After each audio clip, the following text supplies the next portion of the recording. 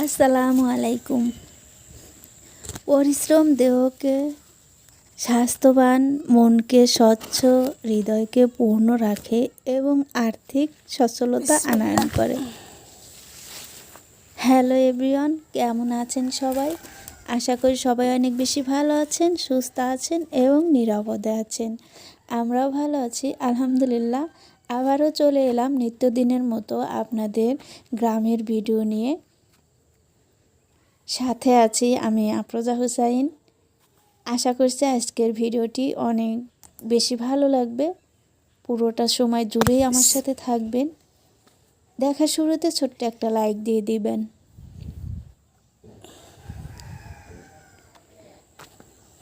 মানুষ তো অনেকভাবে কষ্ট স্বীকার করে, আর এই কষ্ট স্বীকারটা গ্রামের মানুষই করে থাকে। গ্রামের মানুষেরা যেহেতু মাঠে ঘাটে খেতে খামারে কাজ করে, সেজন্য মেয়েরা হাঁস মুরগি গরু ছাগল পালন করে স্বামীর পাশে দাঁড়ানোর চেষ্টা করে।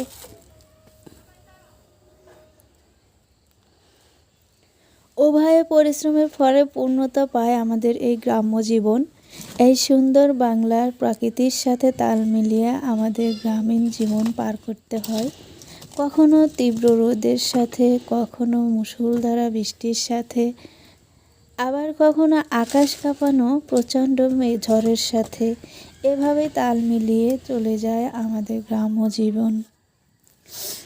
আমি অনেক গর্বিত, কারণ এখানে আমার জ্ঞান, অভিজ্ঞতা এবং সৃজনশীলতা প্রকাশ করতে পারি। গ্রাম অঞ্চলের অন্যতম ঐতিহ্য হলো মাটির চুলা। সেই প্রাচীন যুগ থেকে গ্রাম অঞ্চলে মানুষেরা মাটির চুলায় রান্নাবান্না করে থাকেন। এখনও পর্যন্ত গ্রাম অঞ্চলে মানুষেরা মাটির চুলা ব্যবহার করে আসতেছেন। তবে দুঃখজনক বিষয় হলো, শহর অঞ্চলে মাটির চুলা খুঁজে পাওয়া খুবই কঠিন। এই মাটির চুলা খড়ি দিয়ে রান্না করা হয় এবং খড়ির আগুন দ্বারা শেষে অনেক সময় পর্যন্ত থাকে। আর সেই আগুনে আলু পোড়া খাওয়ার অনেক স্মৃতি রয়েছে। গ্রাম অঞ্চলের প্রত্যেকটি কিশোরের চুলার আগুনে আলু পোড়া খাওয়া স্মৃতি রয়েছে। তাছাড়াও গ্রামের মেয়েরা রান্না শেষে সেই আগুনে বেগুন পোড়া আলু পোড়া দিয়ে ভর্তা বানিয়ে থাকেন। তো এই মাটির চুলাতে দেখা গেছে যে অনেকে জিজ্ঞেস করলে বলা হয় যে গ্রামের টেস্টটা অন্যরকম। আসলেই কিন্তু সেই ক্রেডিটটা মাটির চুলার।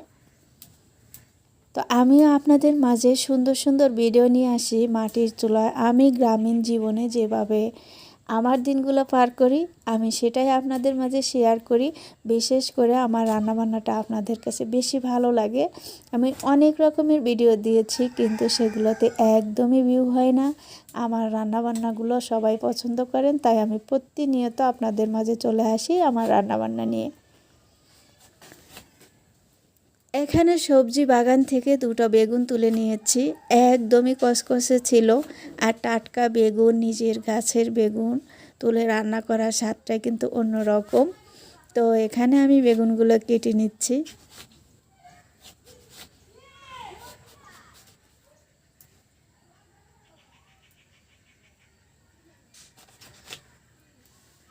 তো এখনও পর্যন্ত যারা আমার সাথে আছেন, আমি তো ধরেই নিয়েছি আপনারা অনেক বেশি ভালোবাসেন আমাকে।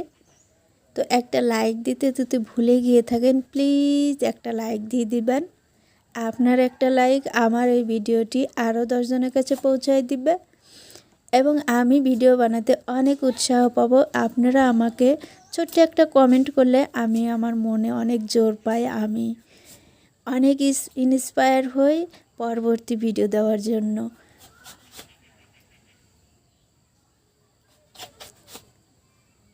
আর যদি আমার ভিডিওটি আপনাদের কাছে বেশি ভালো লেগে থাকে, তাহলে সাবস্ক্রাইব করে আমার ফ্যামিলির একজন হয়ে যাবেন।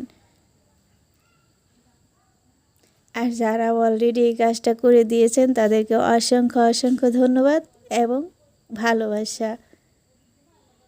তো দুটো বেগুন উঠিয়েছিলাম গাছ থেকে, একদমই সুন্দর ছিল, একটু পোকাও ছিল না। কিন্তু বাজার থেকে বেগুন কিনে নিয়ে আসলে থ্যাবড়া বেবড়া চটকা চুটকা কত কি হয়, কিন্তু এই দেখেন একদম আলতোভাবে গাছ থেকে তুলে নিয়ে এসে রান্না করতেছি। এর মজাটা কিন্তু অন্যরকম হবে, হয়তো যারা দেখতেছেন তারাও বলতে পারবেন। আমি তো পরে বয়স দিয়েছি। আসলে ছোট মাছটা যে রান্না করেছিলাম ভীষণ ভীষণ মজা হয়েছিল। গাছের বেগুন বলে কথা, আর লাকড়ির চুলো সব কিছু মিলে অসাধারণ ছিল।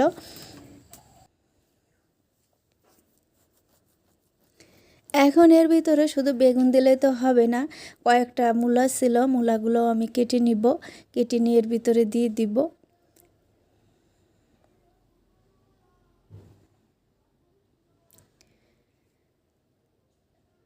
তো কাদের কাছে কেমন লাগে আমার এই ভিডিওটি অবশ্যই জানাবেন।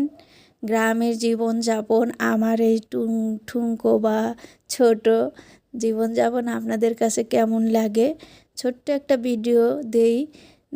তো কেমন লাগে আপনাদের কাছে অবশ্যই জানাবেন। আমার সুন্দর সুন্দর ভিউয়ার্স আপুরা এত সুন্দর করে কমেন্ট করেন, যা রিপ্লে না দিয়েই থাকতে পারি না। আর আমি প্রত্যেকটা ভিডিওর রিপ্লে দেই, কিন্তু অনেক আপু আছেন বলেন যে আমার পাশে থাকবেন, আমি পাশে আছি। তো এগুলো করে আমার চ্যানেলে বা আপনার চ্যানেলের অনেক ক্ষতি করেন। আমি কিন্তু এরকম কমেন্ট করলে আমি কারোর কমেন্টে রিপ্লে দেই না।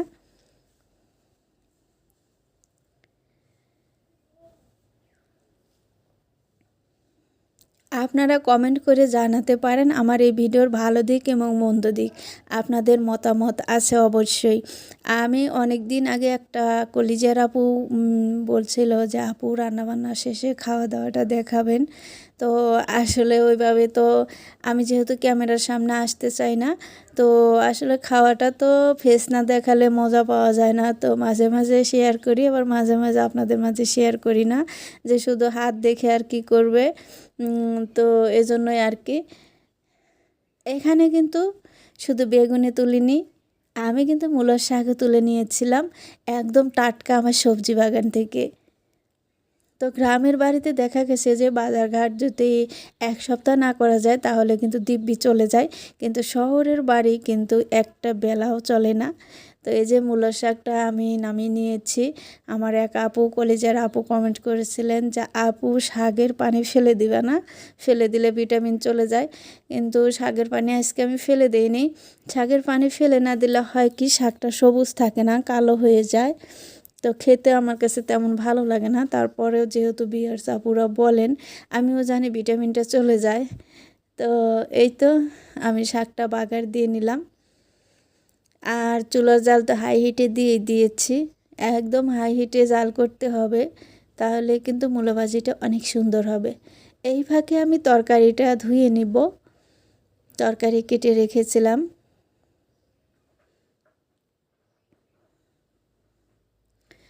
তো এইভাবে সংসারে কাজকর্মগুলো গুছিয়ে নেই, আবার তাড়াহুড়ো করে রান্না করে চলে যাব, মেয়ের নাস্তা বানাবো, মেয়েকে খাবার খাওয়াবো, গোসল করাবো। আমি আজ কয়েকদিন হয়, বিগত কয়েকদিন হয় সকালবেলাও রান্না করি। হয়তো আমার গায়ে সোয়েটার দেখে আপনারা বলতে পারবেন যে এখানে গ্রামে প্রচণ্ড শীত পড়েছে, আর এতটা শীত পড়েছে যা ধারণার বার। তো যাদের বাচ্চা আছে বা যাদের বাড়িতে মুরব্বি আছে, তারা অবশ্যই শরীরের বাড়তি খেয়াল নেবেন, যারা গার্জিয়ান আছেন আর কি। তো আমার বাচ্চাকে তো অনেক সময় আমি শুইয়ে রাখি, বা তেল দিয়ে ওকে যখন আজানের সময় ওঠে, ফজর আজানের সময়, তখন ওকে তেল দিয়ে জামা কাপড় পরানোর পরিয়ে দিয়ে, হ্যাঁ, পেশাব পায়খানা করে ওই কমোটেই। তো আজানের সময় সব কিছু করে ফেলায়, অনেক ভালো আমার মেয়েটা, লক্ষ্মী। তো তখন আমি গায়ে তেল মেখে দিয়ে আমার শাশুড়ি মায়ের কাছে দিয়ে আসি, বা একটু ঘুমানোর চেষ্টা করলেই তাহলে ঘুমিয়ে যায়। তো আমি চলে আসি রান্নাবান্না করতে। তারপরে দেখা যায় অনেকটা সময় দেরি হয়ে যায়। তো এখানে আমি ছোট মাছ রান্না করব, ছোট মাছটা মেখে নিব। আর মূলা ভাজি তো হয়েই গেছে।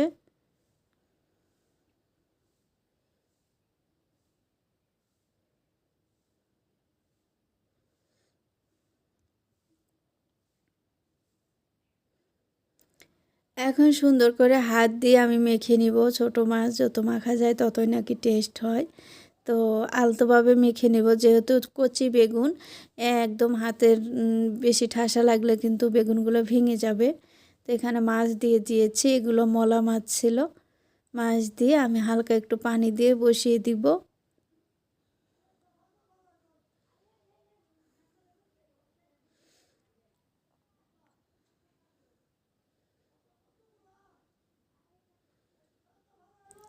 এই তো চুলায় দিয়ে দিয়েছি, দিয়ে ঢাকনা দিয়ে দিয়েছি। আমার রান্নাঘরের পরিস্থিতি আমি দেখিয়ে দিয়েছি কেমন দেখা যাচ্ছে। আর আমার পাশে যে চুলাটা আছে আর একটা, এটাও লেপে দিয়েছিলাম, শুকোতে দিয়েছি। একটু শুকোতে থাক, 2 দিন পরে রান্না করব। তো আলহামদুলিল্লাহ আমার রান্নাবান্না কমপ্লিট। এই যে কত সুন্দর হয়েছে, একদম লোভনীয় হয়েছে ছোট মাছটা দেখতে। এখন আমি ভাতের পাতিলটা চুলায় দিয়ে দিব। এভাবেই আমি ভাতের পাতিলটা পুড়িয়ে থাকি। সবাই ভালো থাকবেন। আল্লাহ হাফেজ।